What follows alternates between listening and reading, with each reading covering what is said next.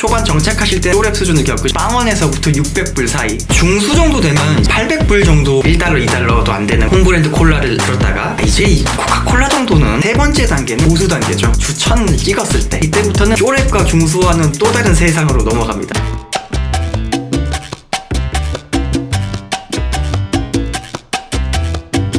안녕하세요. 오늘은 시작이 앞서서 먼저 사과의 말씀 드릴게요. 주말에 조카가 놀러와가지고 키즈 카페에 갔다가 콧물 감기를 옮아가지고 훌쩍거릴 수 있어요. 보시기에 불편하더라도 좀 양해 부탁드리겠습니다. 자, 오늘은 평범한 워홀러들은 돈을 얼마 정도 벌 수 있을까? 여기서 평범하다라고 하는 게 그쵸, 굉장히 모호하긴 해요. 맞아요. 너 워홀 왜 가냐? 주 목적이 뭐야? 글쎄, 돈도 벌고 싶고 영어도 다양한 경험도 아마 그게 저일 거예요. 그래서 제가 막 돈을 엄청 많이 번 것도 아니고 그렇다고 영어가 엄청 는 것도 아니고 경험을 엄청 특별하게 많이 한 것도 아니에요. 그런 의미에서 제가 평범한 워홀러에 속하지 않을까 싶습니다. 타지에 가서 돈도 벌면서 여행도 하고 새로운 경험도 하고 친구도 만들고 이런 정도의 관점에서 과연 얼마 정도를 벌 수 있을지 그런 얘기를 좀 해보겠습니다. 일단 저는 총 10개월 정도 호주 워킹홀리데이를 보냈고요. 호주 입국하자마자 한 달을 놀았어요. 일을 못 구했어요. 이후에는 돈을 버는 시기가 좀 다양했었어요. 아예 못 버는 때도 있었고 많이 벌 때도 있었고 그냥 평범하게 벌 때도 있었고. 처음 도착하자마자 돈을 벌 수 있는 건 아니잖아요. 처음엔 가자마자 돈을 쓰죠. 직업이 뭐 있지도 않는데 어떻게 벌어. 일단 처음엔 씁니다. 그래서 내가 호주에 들어가면 고정적으로 나가는 지출이 얼마 정도 되는지를 사실 알아보는 게 상당히 중요해요. 지금부터 말씀드리는 고정 지출은 아마 거의 다 한 주 단위의 개념일 거예요. 호주는 일하고 나서 받는 페이도 그렇고 쉐어하우스에서 지내는 비용도 한 주 단위로 받고 내고 이런 경우가 굉장히 많거든요.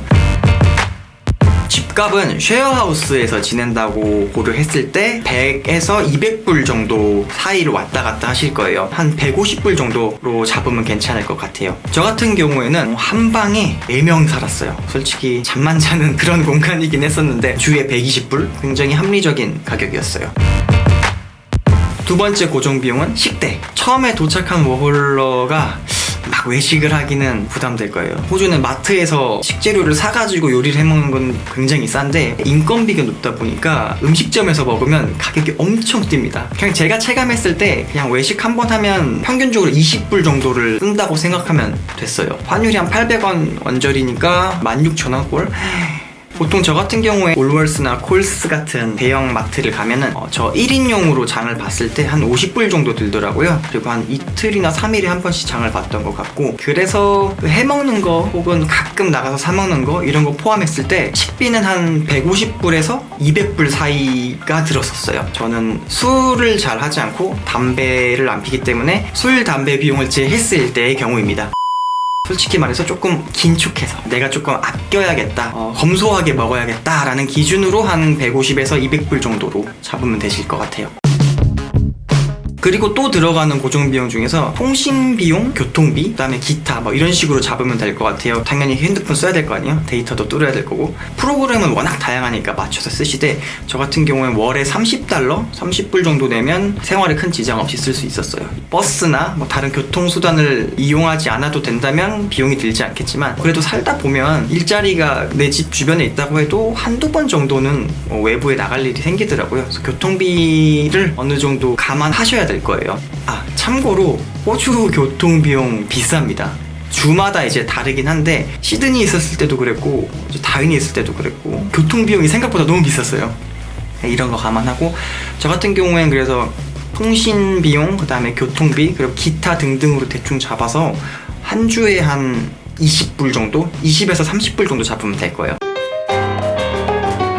그러면 주에 이제 고정적으로 지출되는 비용은 방값 평균적으로 150불, 그리고 식비 150에서 250불 사이, 교통비나 기타 등등 20불 정도 해서 대략 350불 근데 이게 뭐 개인차가 있으니까 한 250에서 350불 정도를 잡으면 그래도 최소한 유지할 수 있는 생계 유지비라고 생각하실 수 있을 것 같아요. 워낙 다양하니까 다르긴 하겠지만 제가 살아봤을 때는 그 정도였어요. 한 주에 350불 정도는 있어야 생활 유지가 된다. 한 달이 4주라고 쳤을 때 곱하기 4 하면 그 초기 정착 비용을 내가 얼마 정도 가져가야 될지가 대충 가늠이 되죠. 2달 정도 혹은 3달 정도는 돈에 크게 스트레스 받지 않으면서 정착하고 싶다 싶으면 곱하기 2달, 3달 이렇게 계산하시면 되고, 자, 그러면 고정 지출비 이제 나가는 거를 계산했으니까 이제 그 수입 들어오는 걸 생각해 봐야죠. 물론 이것도 너무나 천차만별입니다. 저 같은 경우에는 제 스스로 저를 이제 구분을 시켜봤어요. 첫 번째는 쪼렙, 두 번째는 중수, 그 다음에 세 번째는 고수. 첫 번째는 쪼렙입니다. 빵원에서부터 600불 사이. 초반 정착하실 때는 다 이 쪼렙 수준을 겪으실 거예요. 시급이 높은 일을 구하지 못하든지 시급이 높은 일을 구해도 시프트 혹은 로스터라고 해서 일하는 시간 자체를 적게 할당받아서 주에 버는 금액이 너무 적은 거죠. 초반에 그 자리 잡을 때까지 수입이 굉장히 적었고 불안정했어요. 그래도 마이너스가 되지 않는 생활인 게 굉장히 감사했던 수준이었죠. 쪼렙 시절은 보시면 제가 이제 기록을 엑셀로 다 했었는데, 저도 올해 군대 행정병 출신에 회사 다닐 때 예산 담당을 해가지고 약간 병적으로 좀 입력을 했었어요. 보시면 1월, 2월, 3월을 다 합쳐가지고 한 엑셀 파일을 만들었어요. 그 이유가 수입 활동이 없으니까 뭐 쓸 게 없더라고. 식비는 진짜 아꼈다 보니까 주에 100불, 90불, 90불 막 이렇게 썼네. 이거 진짜 아낀 거예요. 이거 정말 최소한으로 살았던 것 같은데. 어쨌든 보면 주에 고정 지출비가 뭐 380불, 혹은 240불, 200불 이렇게 좀 들쑥날쑥하긴 한데 평균적으로 한 250에서 350불 정도로 잡으면 될 것 같고, 쪼렙 당이기 때문에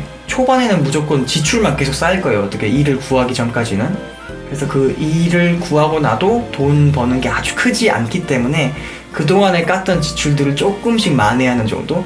그래서 저도 지금 보면 1월 말, 1, 2월에 와가지고 직업 없이 그냥 계속 까먹은 돈을 2월 말이랑 3월 초에 이제 벌기 시작해가지고 겨우 메꿔가는 수준이라고 볼 수 있을 것 같아요.